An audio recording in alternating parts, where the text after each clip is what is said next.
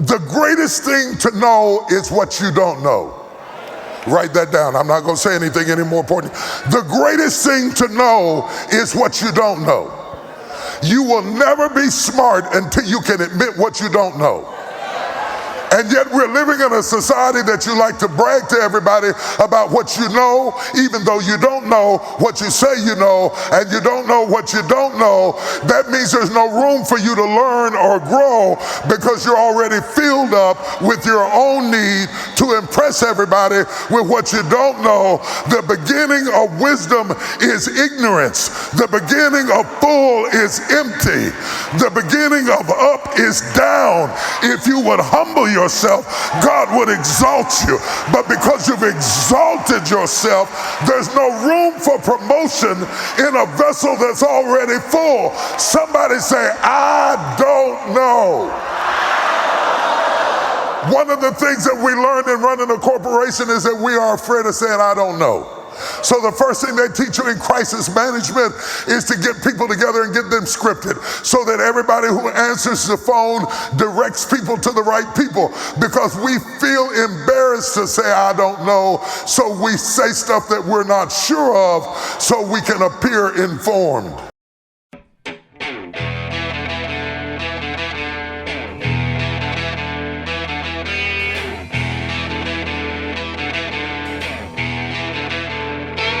I get up from the ground, pull my mind from what's keeping me down, and it's time to decide on the action that'll force the tide. And I feel that I can win, unless I'm starting to spin, starting over once again.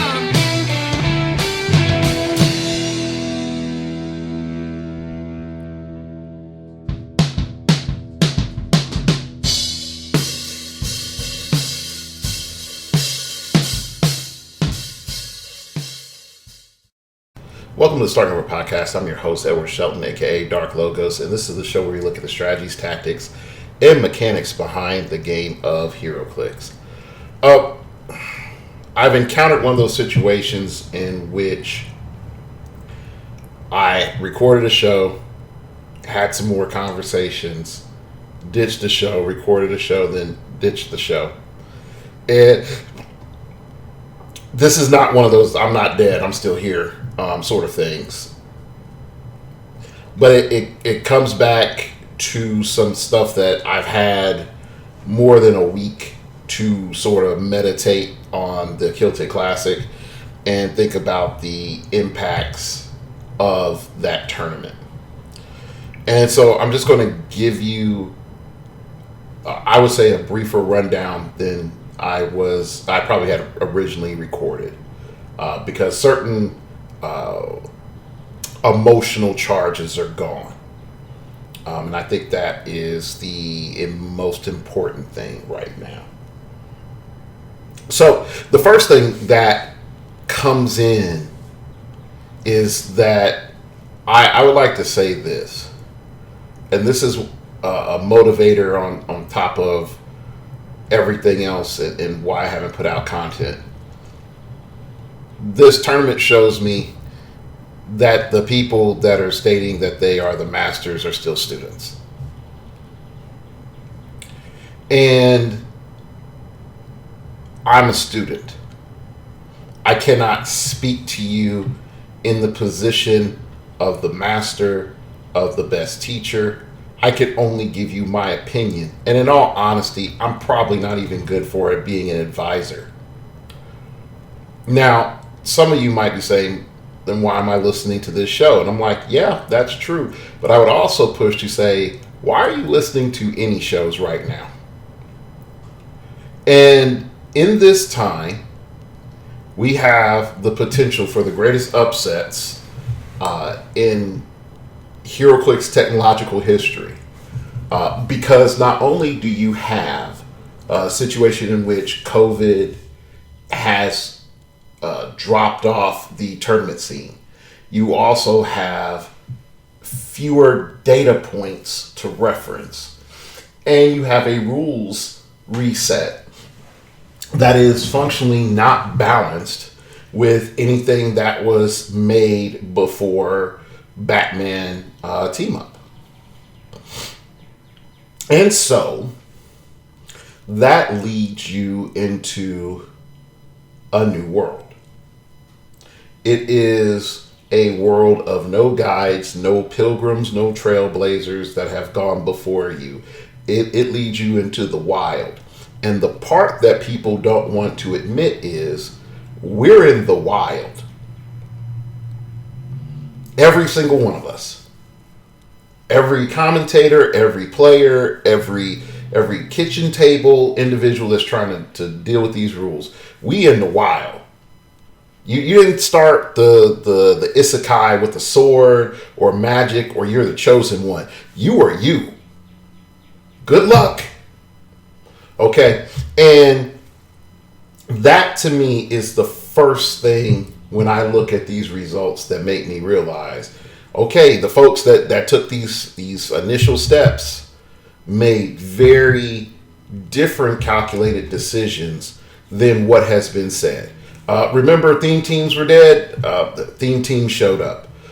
Remember the whole element of never play tiny maps because you're only going to play tiny maps to lose. Well, I guess people figured that out. So, what does this realistically mean? It means I want you to look at those results for the top performers. And I don't know if PJ's put out the other like listings of the teams and builds, and then compare when push came to shove. What did people actually do? It's the difference between ethics and psychology. Ethics can say this is what humans do. Ethics says this is what humans should do. Psychology says this is what humans do. And there is a point where ethics and psychology meet. But fundamentally, a lot of what humans should do, we don't do due to various things. And at times, we defy what we naturally would do to achieve something higher. And so we're at this intersection where the advice of the practicality, or better yet, the advice that is given from a certain philosophical concept isn't necessarily playing out one-to-one in actual reality. And that's fine. That's 100% fine. But the commentary afterwards should be, you know what? I didn't see this coming.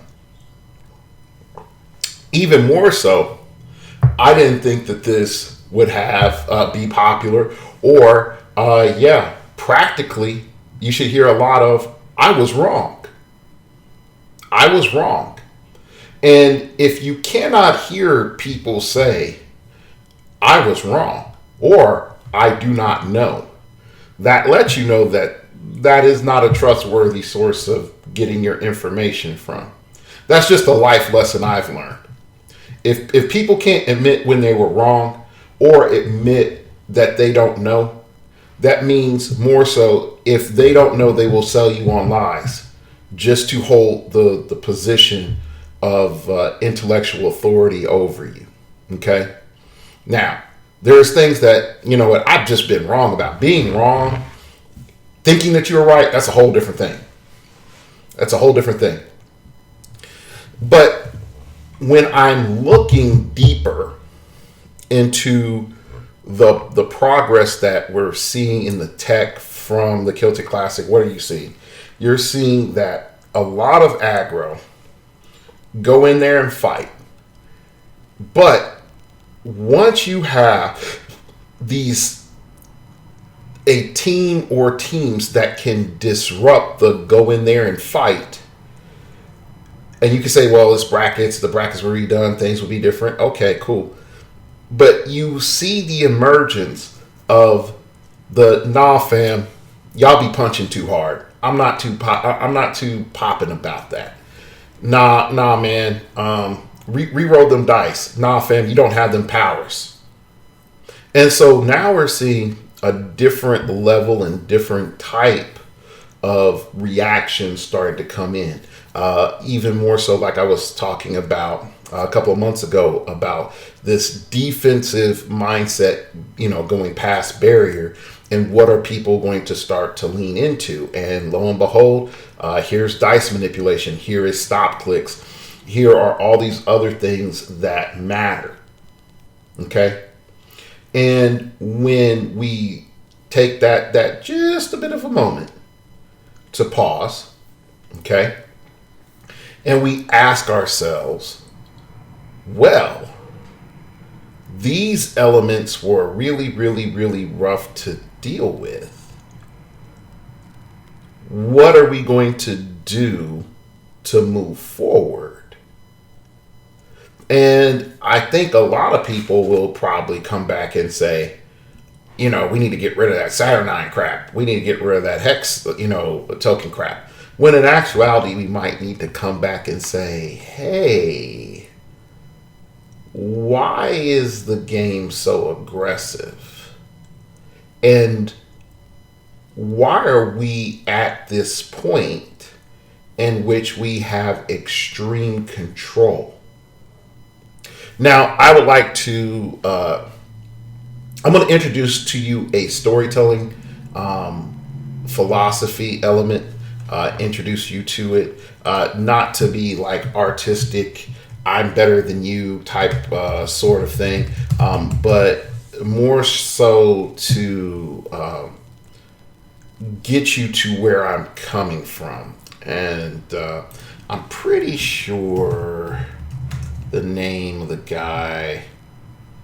Nope, it's not Robert Greene. Robert Greene is 48 Laws of Power. There's another gentleman. He does storytelling. He does storytelling. Helps authors write books. And as soon as I can find it, I will be able to tell you the name of the book. But it goes along the lines like this. When you are in a situation of a author, and you ask yourself who is taking action and who is being acted upon, you come to realize many times it is the villain that is taking the action, and it is the hero that is being acted upon. Okay? All right, so that's real important to keep in mind. All right, when we look at aggro, many times we fail to look at it as there is an action being taken and a person receiving the action. It's a person receiving the action. And in that process, we are then able to understand that when people feel that aggro has gone to a certain level, they will reinforce through defense and control elements so that they can resolve what they feel is their part of the game. They're able to make decisions, participate, and do things back. Okay. When you have two aggro teams going against two aggro teams, then yes, you would have action between both parties. If you have one aggro team that functionally wipes out the other aggro team on turn 2, we're definitely in toxic, sphere of influence. If you end up with defensive team dealing with aggro team, and aggro team can never do anything, and defensive team can act without impunity the entire time without the risk of damage, then yeah, there's some problems. Same thing with you having control. If you have control and players are just not able to make choices, you have a problem. And therein lies the current element, which is when we are dealing with high level play. When we're dealing with high level play, our main problem that is arising is the decisions that one is able to make and the viability of those decisions and the strategies and tactics behind those decisions. The name of the guy is Robert McKee. There we go, Robert McKee. He has a book on character. He also has a book on story. It's by far some of the best writing. Some of the best books that you could actually listen to. I have on dialogue, on story, and on character. I've listened. I think the one I need to finish is on character, but I finished like on story, on dialogue. Yeah. So, but when we start going back and we're asking ourselves, what is the main narratives? What are the lessons learned? What are the transformational moments that we should get from this tournament?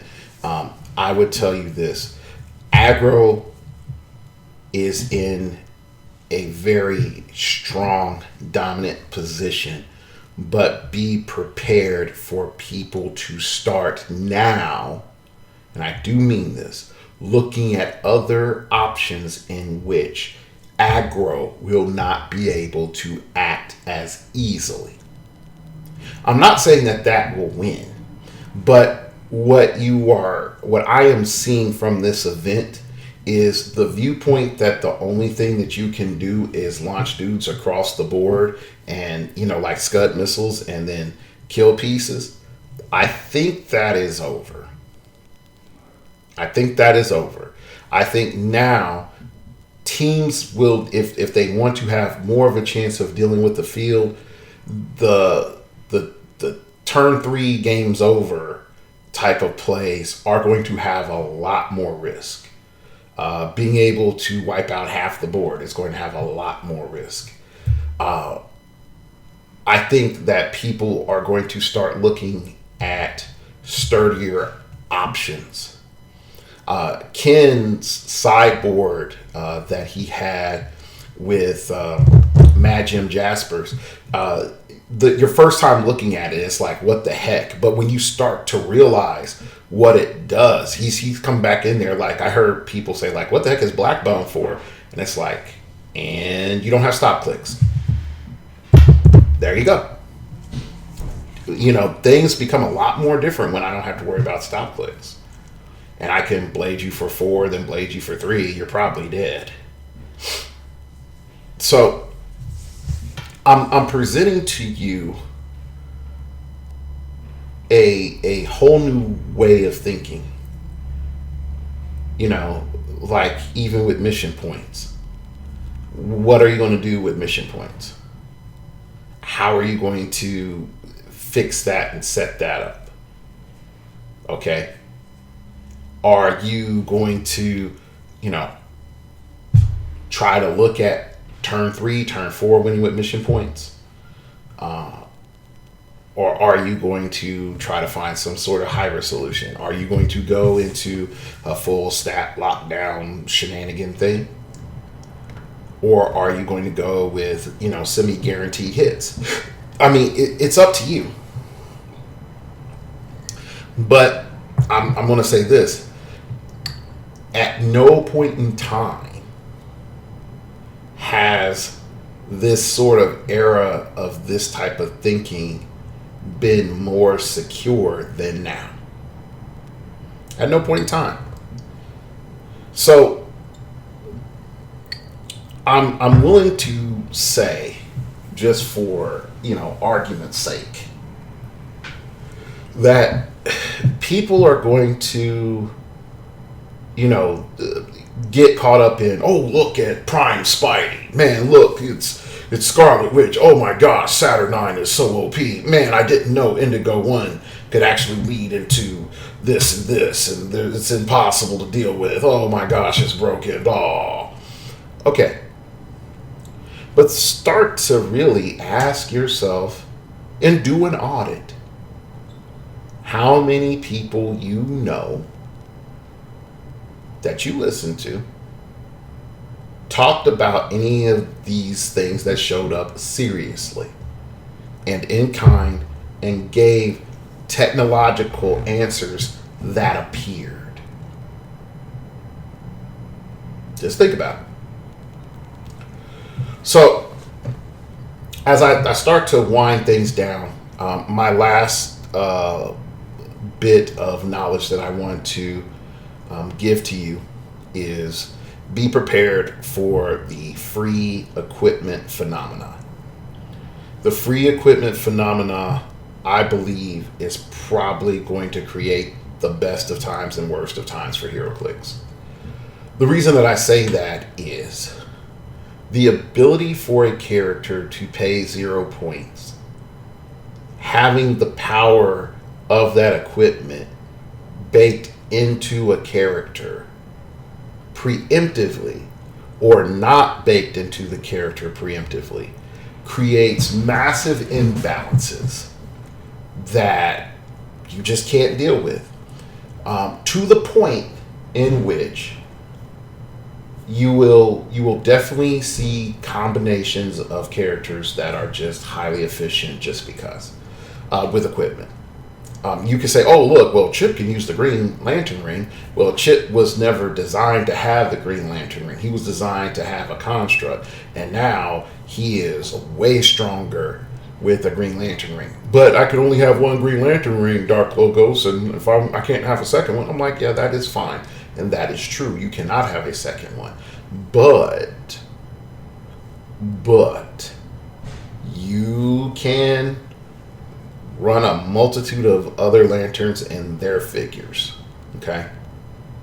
And that is a real issue, okay?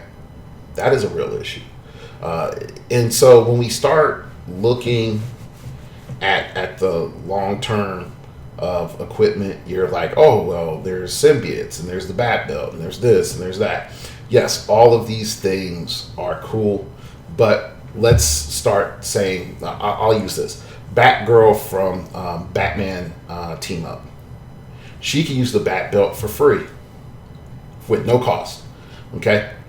Plus, there's a bonus function in how you're using it, because you can turn up to instead of turning what you rolled or half of what you rolled or whatever. Okay, so here's your question. All right, was she point costed for the Bat Belt? If the answer is yes, when she has the Bat Belt, she's appropriate costed. When she doesn't have the Bat Belt, she's technically overcosted. If you are running multiples of her, one, and you have the Bat Belt on one is efficient, the other two are hyper inefficient. Should you be punished because of that? Okay, the next step, go a little further. All right, you have a Green Lantern theme team, and you have one Green Lantern ring. You only can give the one Green Lantern ring to one Green Lantern. All of your Green Lanterns were made from sets past the point of the Green Lantern ring coming out. It is clear that if they were designed and point costed for them to have the Green Lantern ring, you're overpaying. You're overpaying for how many figures? And therein lies our problem. So once people start figuring out this math and these interactions, I think we're going to start having some major design change philosophy, design philosophy changes. I think the first thing that you're going to come back to is a statement that I made a while ago, which was the meta is going to revert down to about 30 figures.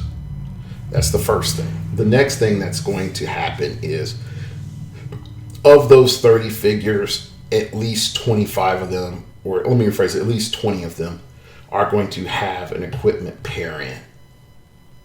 Okay?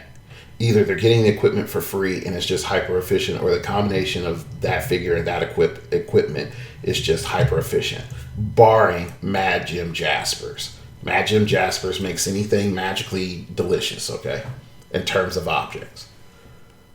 So now we're at another sort of impasse where, decisions and ideas have to be made.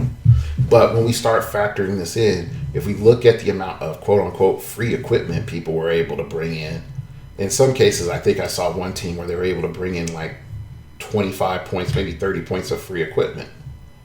So you're having an individual that's playing 300 points versus an individual who's playing 320 points.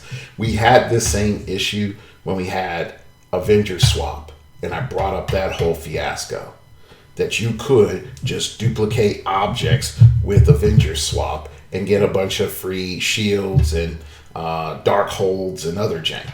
Okay. So anyway, I'm going to leave it here. It's a lot shorter than what I initially said I put out originally, but without a lot of fire in the belly, I start to realize, these are our core issues. I'm willing to say in the end, I don't know. I can say in the end, I'm probably, I know I'm the last folks a lot of people listen to, and I don't really care about, volume. But for the people that do listen, you do invest your time. And so I want to be able to say, hey, here's some thoughts that might help you. But do just keep in mind, for a while, I'm just going to say, like, yo, this is opinions. This isn't really like great teaching or great advice. This is just opinions and some observations and some deductions, with a piece of evidence here and there. And I think, truthfully, if we're all a little bit more humble about it, that's what we all are right now. I don't care if you won the last World Championships, or hell, if you won 5 at this stage. We're all in the I don't know. And being mature enough to say that to everyone is a big deal. So anyway, that's it for today's show. I'd like to thank you all for listening. You can email me at startingoverpodcast@gmail.com. That's startingoverpodcast@gmail.com. If you wish to opine, keep it piffy, keep it interesting, keep it awesome, baby. Put in the comments below what your thoughts are. That's it. I'd like to thank you all for listening, and remember, we all have to start over sometime.